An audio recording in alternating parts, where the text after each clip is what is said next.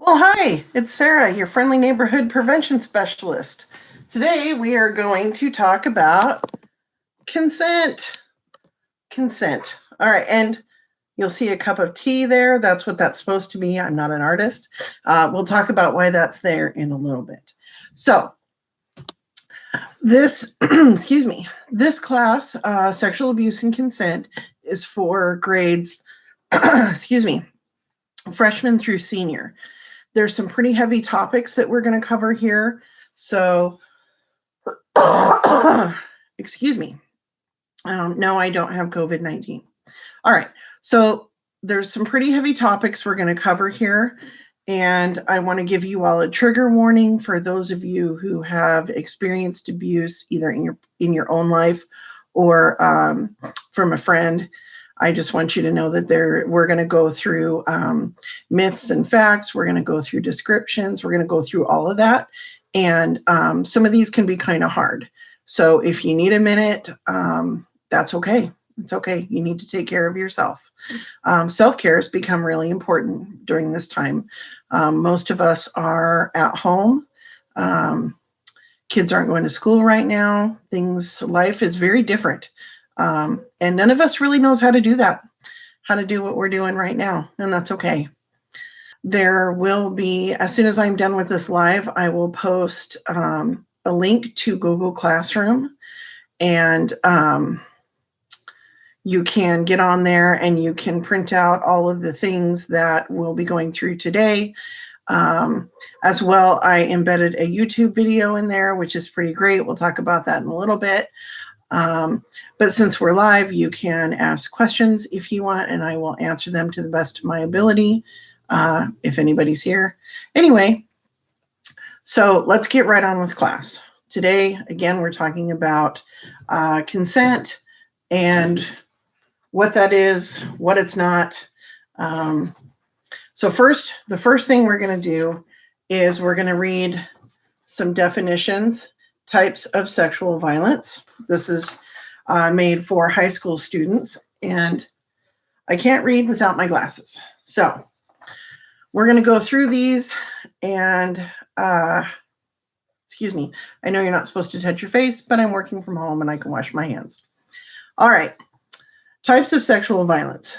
This first one, we've all heard this word before, rape. It is defined as forced sexual intercourse, including vaginal, anal, or oral penetration. It can be a body part or an object. It doesn't have to be a body part for it to be considered rape.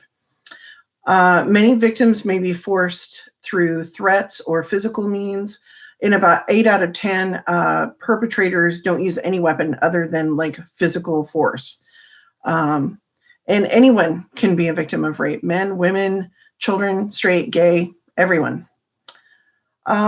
Acquaintance rape is the second one, and we know this a little more common term is date rape. So this involves coercive sexual activities. These occur without a person's consent or against a person's will. Perpetrators can use force, violence, coercion, fear, or bodily injury.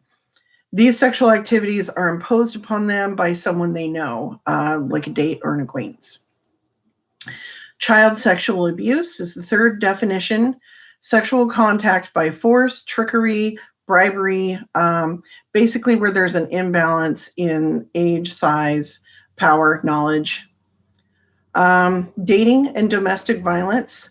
Now, Beyond Survival, where I work, is the Sexual Assault Resource Center. There is a Domestic Violence Resource Center in Grays Harbor as well. And they are a sister agency. We work with them often. They're amazing. So this is a little bit outside of my scope, but a little bit inside of my scope in that sexual assault and domestic violence go hand in hand a lot of times. So the definition for dating and domestic violence: any act, attempt, or threat of force by a family member or intimate partner against another family member.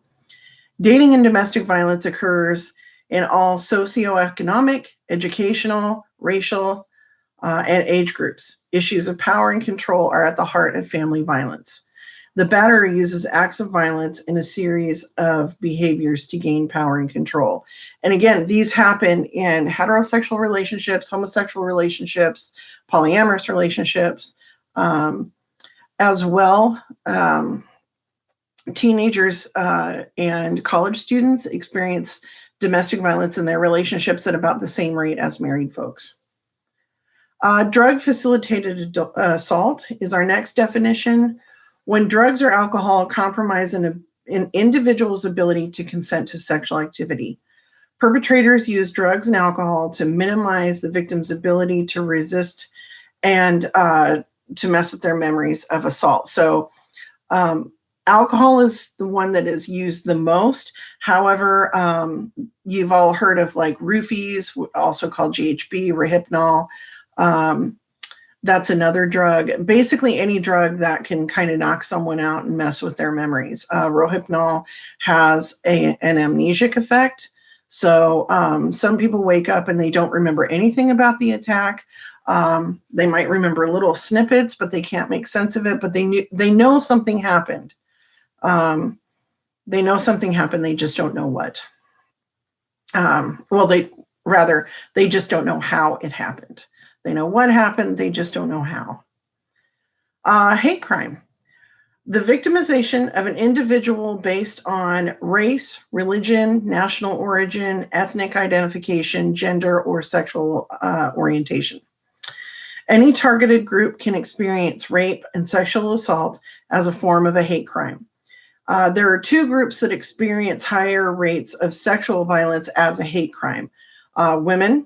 Many believe that all violence against women, including rape and sexual assault, is a hate crime because it's not simply a violent act. It's an act of misogyny or hatred towards women.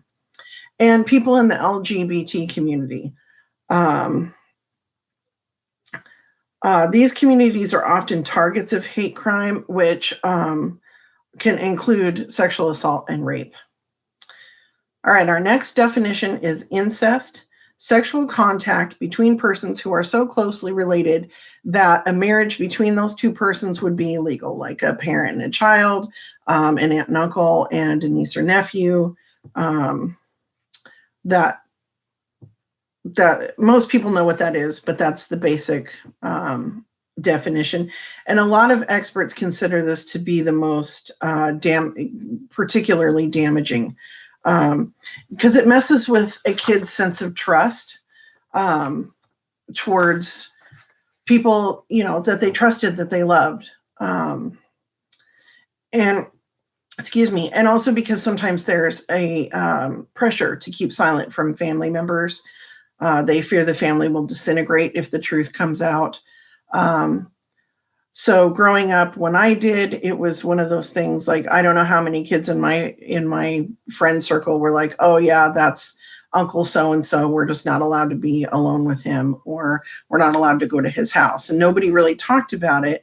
And to me, it didn't make sense when I was little, but now I'm like, oh yeah, okay. I see why you can't go to your creepy uncle's house or your cousin's house or, stuff like that. All right, our next definition is male sexual assault. Basically, these are males who are victims of sexual assault. Unfortunately, it's incredibly underreported for lots and lots of reasons. Men many times feel like they should have been able to fight it off. There's a lot of stereotypes that men have that they have to deal with, like, I'm strong. I should be able to fight this off. This shouldn't happen to me. They go through a lot of the same things that female victims of sexual violence go through. But there's more pressure, kind of many times internalized, to keep it quiet. The structures are in place for men to receive help. They're not as robust as they are for women, but they are there. And the more men that speak out and the more men that can bring it into the mainstream, the better, because it helps get those structures to be more robust. Terry Crews, he was one of the hosts on, or he was the host on America's Got Talent. I believe it was this last season. He's a great big guy. When I think of masculinity, I think of Terry Crews. And he has spoken out a lot about male sexual violence, which is wonderful. I love it when a celebrity uses their stature as a way to do good. Okay, so we're going to move on. Partner rape. This is sexual acts committed without a person's consent or against a person's will when the perpetrator is the individual's current or past partner. So they can be married or not, cohabitating. It did not used to be illegal for a husband to sexually assault a wife. It was considered, oh, well, she married him, she must consent all the time. It wasn't until the 70s that law went into effect that, yes, husbands can sexually assault wives, and it happens a lot. That's why they put domestic violence in these definitions, because, again, domestic violence and sexual assault go hand in hand a lot of times. All right, sexual exploitation by a helping professional. This is sexual contact of any kind between a helping professional, like a doctor, therapist, teacher, priest, professor, police officer, lawyer, etc., client and patient. So where there's an imbalance of power, this is sexual exploitation by a helping professional. Sexual harassment. It's our next one. Unwelcome sexual advances, requests for sexual favors, and other verbal or physical conduct of a sexual nature. With harassment, submission to or rejection of the conduct explicitly or implicitly affects an individual's work or school performance. Also can create an intimidating or hostile or offensive work or school environment. There's a couple of sub-definitions in here as to what this kind of looks like in the real world. So quid pro quo is one of them, and we've heard that saying before and lately, actually a couple months ago in the news. What this means is when a perpetrator makes conditions of employment, for example, or grades, contingent on the victim providing sexual favors.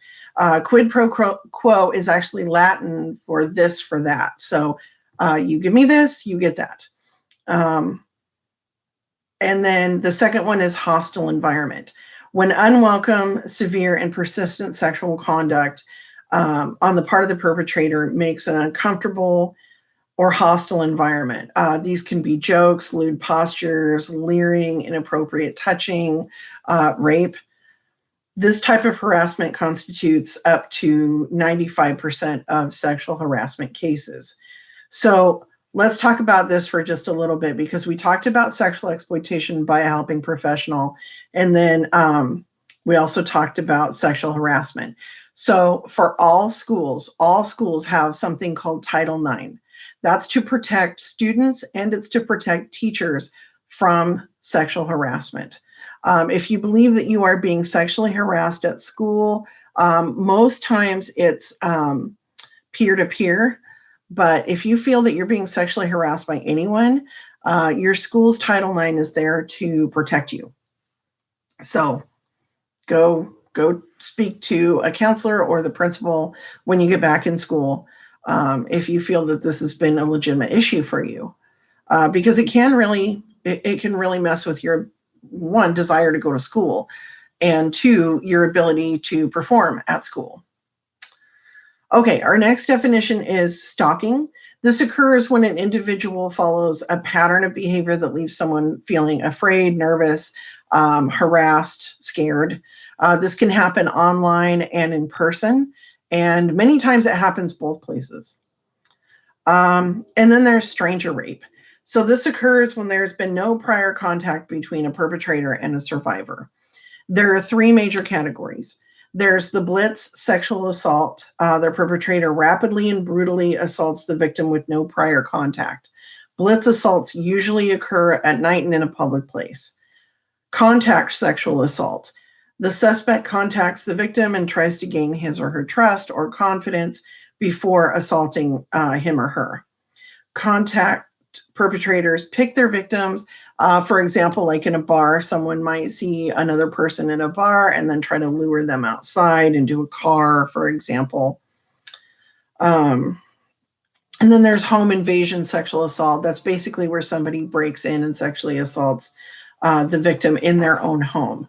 So let's talk about statistics for a little bit. 1 in 4 females by the time they reach 18 will be sexually assaulted, and 1 in 6 males.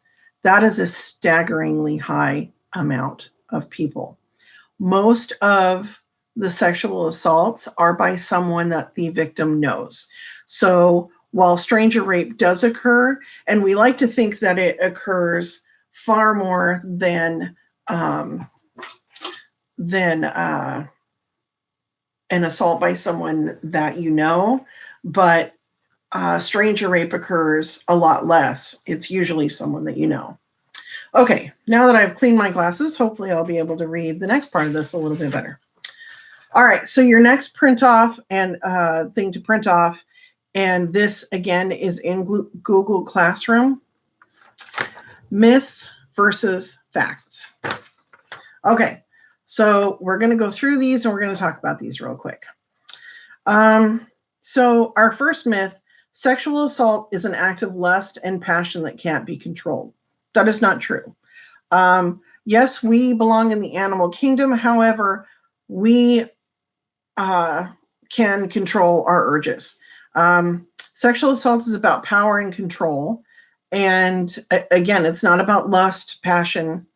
It's not a compliment.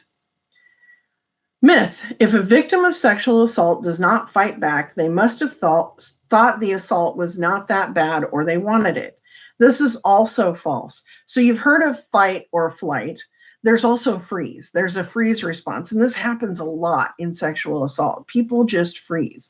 And if you think you're not a person who would freeze, think about when you've been really, really startled and you, I had a friend do that to me once. He was hiding outside my kitchen window in a mask. And I thought I was not the flight, but the fight. I froze. And then I realized it was him and I ran out my door to tackle him in the yard. But there are lots and lots of reasons why a victim may not fight back. It might be too dangerous.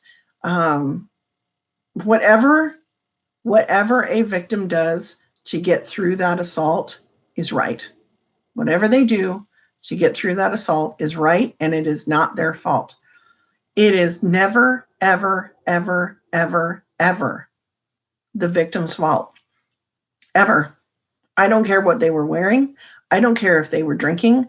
I don't care if they said yes to something and then said no. You have the right to rescind consent at any time. And we'll talk about that more in a little bit. But it is never, ever, ever, ever, ever the victim's fault. The responsibility, the onus of the rape is on the rapist, not the victim. Always. Okay. A lot of victims lie about being raped or give false reports. Okay, so let's talk about false reporting. So false reporting does happen, and it sucks.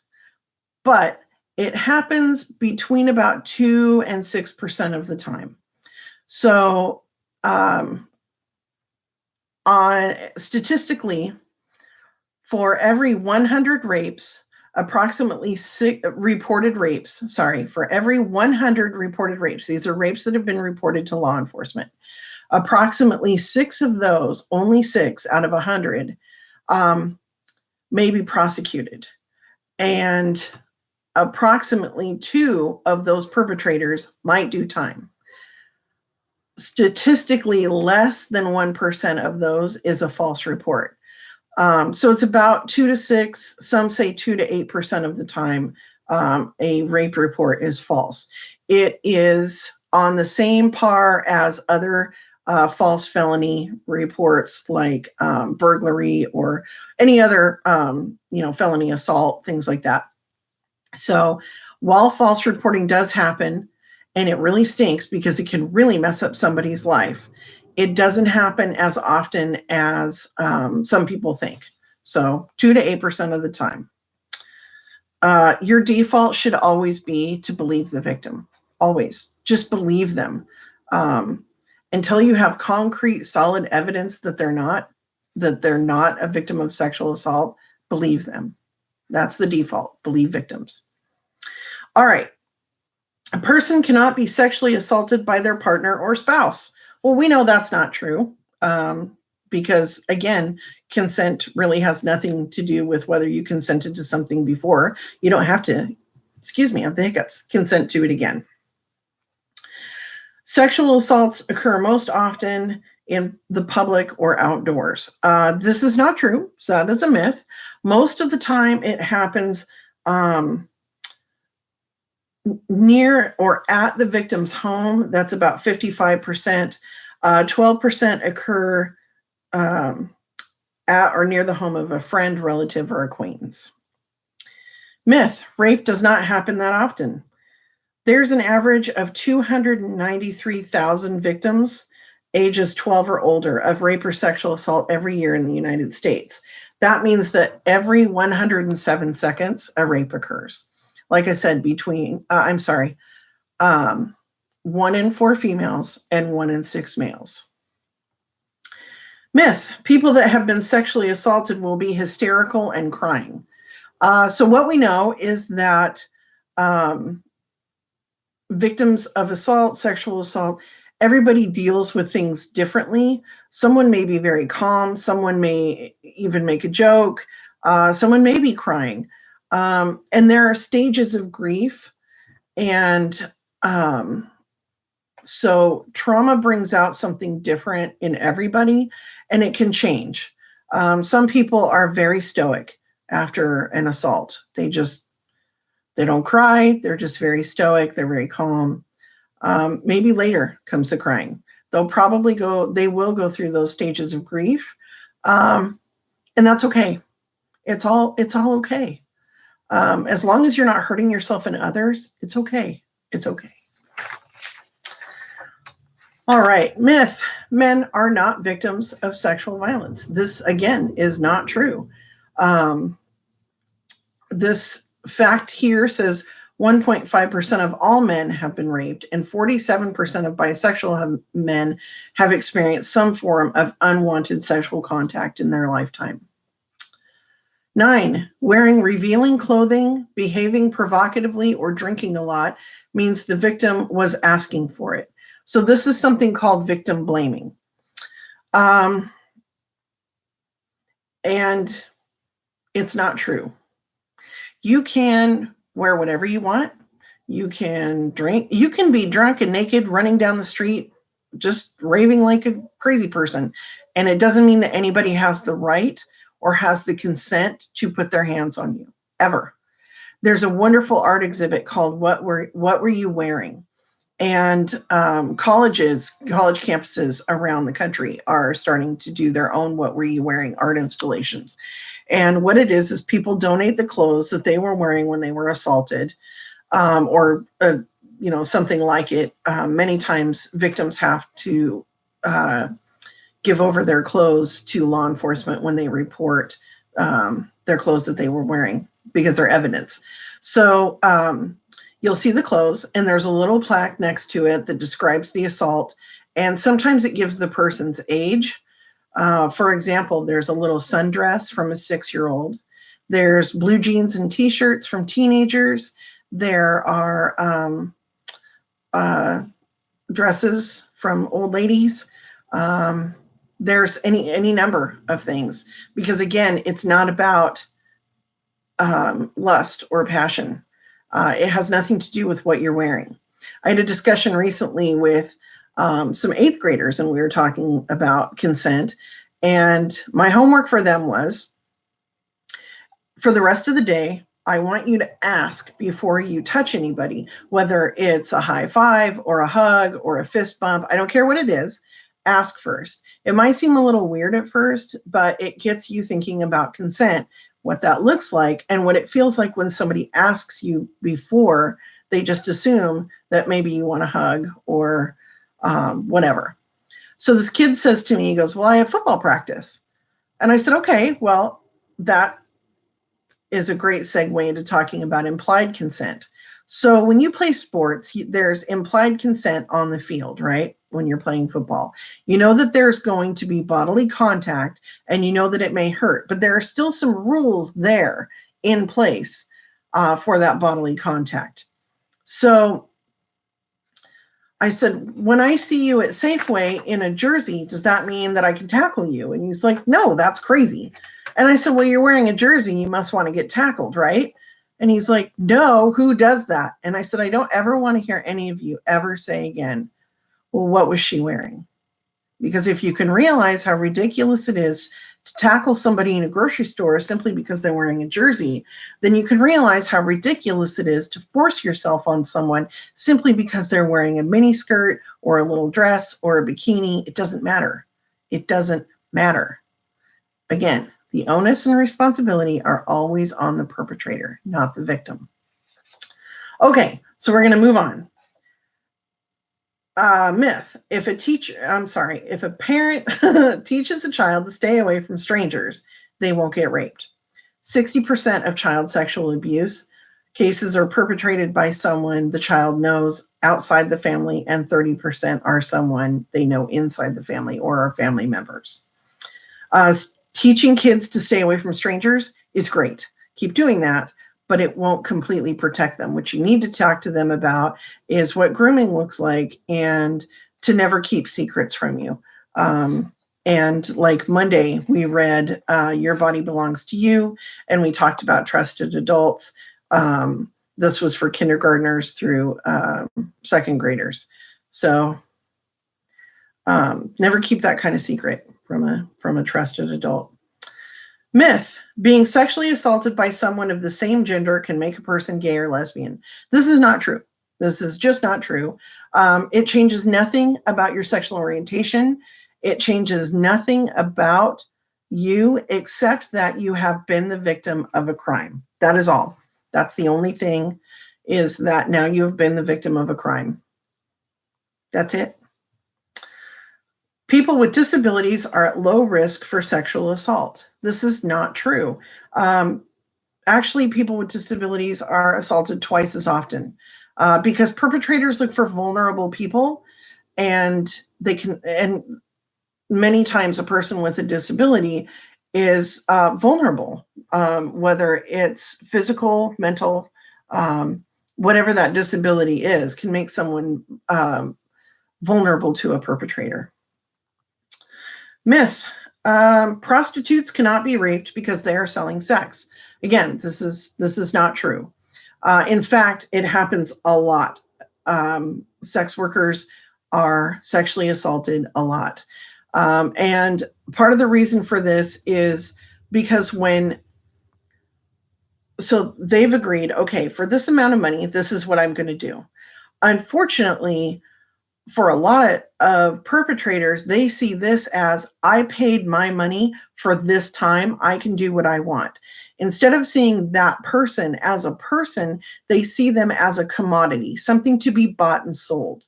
So what happens is they think, this commodity is mine for the next half hour, whatever it is. I can do with it what I want. And that's just simply not true. That sex worker may have said, okay, I'm going to do this act for this amount of money or for this amount of time. And that was agreed upon. And then the perpetrator perpetrates other things that were not agreed upon. So it happens a lot. And again, victim blaming. A myth. Getting help is expensive for survivors of sexual assault. So this is also not true. Advocates, like the people that work at Beyond Survival, you can see an advocate for free. They'll go with you for a SANE exam, also known as a rape kit. They'll go with victims to court. They help with sexual assault protection orders.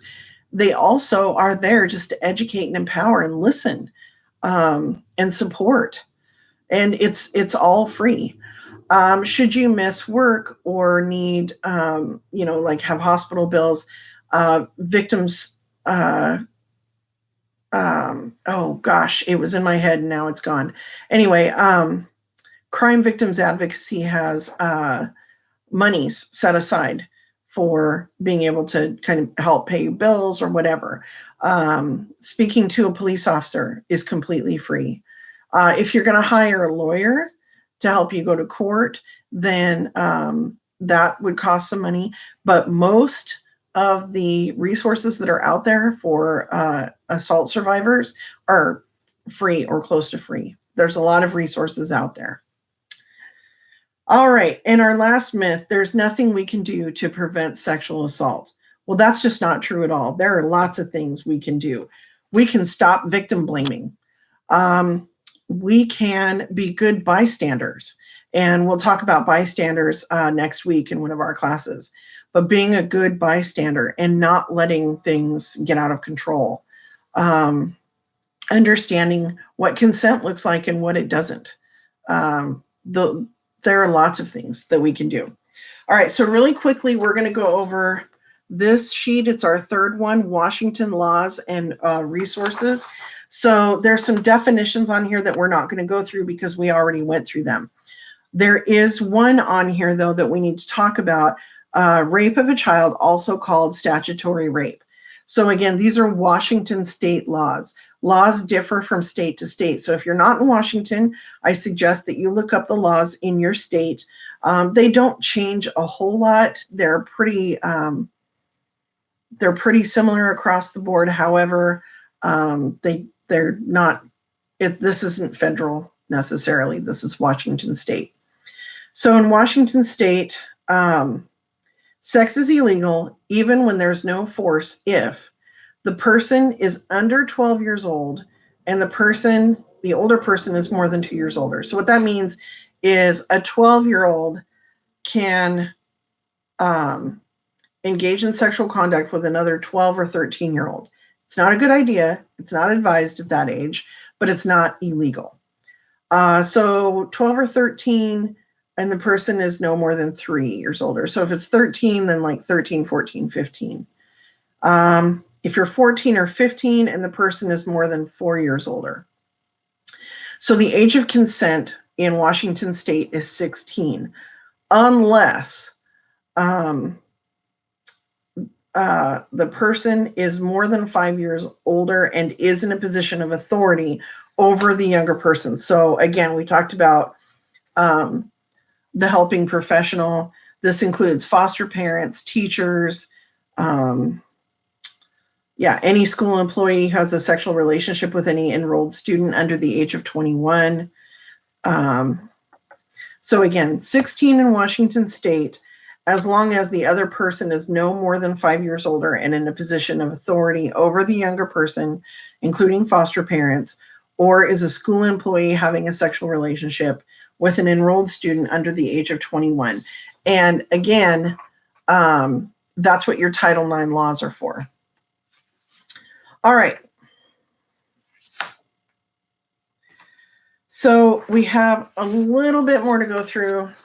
I don't know what happened to my printer, why it did this, but what consent looks like. I don't know why my printer did this, but oh well. Okay, so what does consent look like? Consent is an emphatic yes. Yes. Emphatic yes. Yes. Not the absence of no, not silence, not okay, not I guess, not maybe, but yes. I'm going to stand up real quick because I want to show you my t-shirt here. Yes means yes. All right, that's brought to you by the NSVRC. It's the theme for April, which is Sexual Assault Awareness Month. So it's an emphatic yes. There are nonverbal cues like pulling someone in. You can tell when you're really vibing with someone. So how does this work in real life? Okay, so when you're engaging in sexual activity, consent is all about communication, and it should happen every single time. Giving consent for one activity one time does not mean giving consent all the time or for recurring sexual contact. For example, agreeing to kiss someone does not give that person the right to have sex with you. Take all your clothes off. You consented to kissing. You didn't consent to anything else. Having sex with someone in the past does not give that person permission to have sex with you again in the future. Okay, we're going to talk about why I drew this little teacup. I'm not an artist, but this is a teacup. Just trust me. All right. In Google Classroom, you will see a link to a video called Consent Tea. If you go to YouTube and you put in the search bar consent tea or British consent video, it's the most adorable video talking about what consent looks like, that it's like making someone a cup of tea. So it says, things like, if someone says, yes, I'd like tea, and then you boil the water and brew the tea and put in the milk and you bring it to them and they say, no, thank you. Okay, that's annoying, but it doesn't mean that you make them drink the tea. If someone's passed out, you don't pour tea down their throat. All kinds of things like this. And then at the end, it says, if you can understand how ridiculous it is to force tea on someone when they don't want it or when they're passed out, then you can see how ridiculous it is and ridiculously simple it is to get consent before sexual activity. You can change your mind at any time. At any time, you can say no. Even if you're in the middle of sexual activity and you're uncomfortable, you can say no. So positive consent is communicating when you want to change the type or degree of sexual activity with phrases like, is this okay? Do you want to do this? Explicitly agreeing to certain activities, either by saying yes or an affirmative statement like, I'm open to trying. Using physical cues to let the other person know you're comfortable with taking things to the next level. The longer you're with your partner, the more you understand the things that they like and they don't like. But if you're going to try something new, ask first. Don't sneak attack someone. That's rude. So when we do intro to consent with younger kids, you guys are freshmen to seniors or you're educators. But when we do consent, there's a video I show where a boy and a girl are hanging out during the day and they're playing video games and they're just kind of hanging out. And then he asks for a kiss and she says yes. And they both smile awkwardly and then he leans in. I had a kid once go, well, that kills the romance. You just lean in. And I'm like, all right, what kills the romance faster? Asking and getting a no thanks or no, or possibly a yes, or leaning in without asking first and having her do this. She's out or he's out. Or give it, no, that sucks. That's super not romantic at all. And personally, I'm going to let you know a little secret. Most people like to be asked. They like to be asked because it makes us feel respected. How do you feel when somebody asks you for something? Do you feel respected? If they just try to do it, do you feel disrespected? All right. So think about that. Communication is key. So what it does not look like. Refusing to acknowledge no. Somebody said no and you keep going. Guess what? You've crossed over into assault territory. Don't do that. Don't be that person. Assuming that wearing certain clothes, flirting, kissing is an invitation for anything more. It is not. Someone being under the legal age of consent as defined by the state. We just talked about that. Someone being incapacitated because of drugs or alcohol. So the law is, at least here in Washington, and in many states, excuse me, a person who is under the influence of alcohol or drugs cannot consent to sexual activity. It's that simple. Pressuring someone into sexual activity using fear or intimidation. So saying something like, well, I'm going to break up with you if we don't do it. That's not getting an emphatic yes. That's not getting consent. That's bribing someone or threatening to take away an important relationship. If you loved me, you'd do it.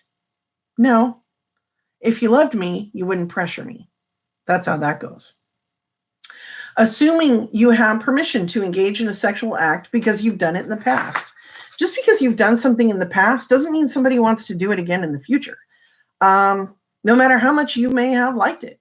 Maybe they don't, maybe they just didn't like it that much. There are a whole lot of reasons why. Again, check in with your partner. As you're getting into sexual activity, check in. If that person is pulling away, or they seem scared, or they start to cry, check in. I had an 8th grader once say, well, what if she cries tears of joy? And I didn't laugh because the little dude really thought he was asking a legit question, and he was. And I said, well, that's a goal. Good for you. Gave him the thumbs up. That'd be great, but still check in. Still check in. Just always check in. Even if you've been in the relationship for a while, check in with your partner.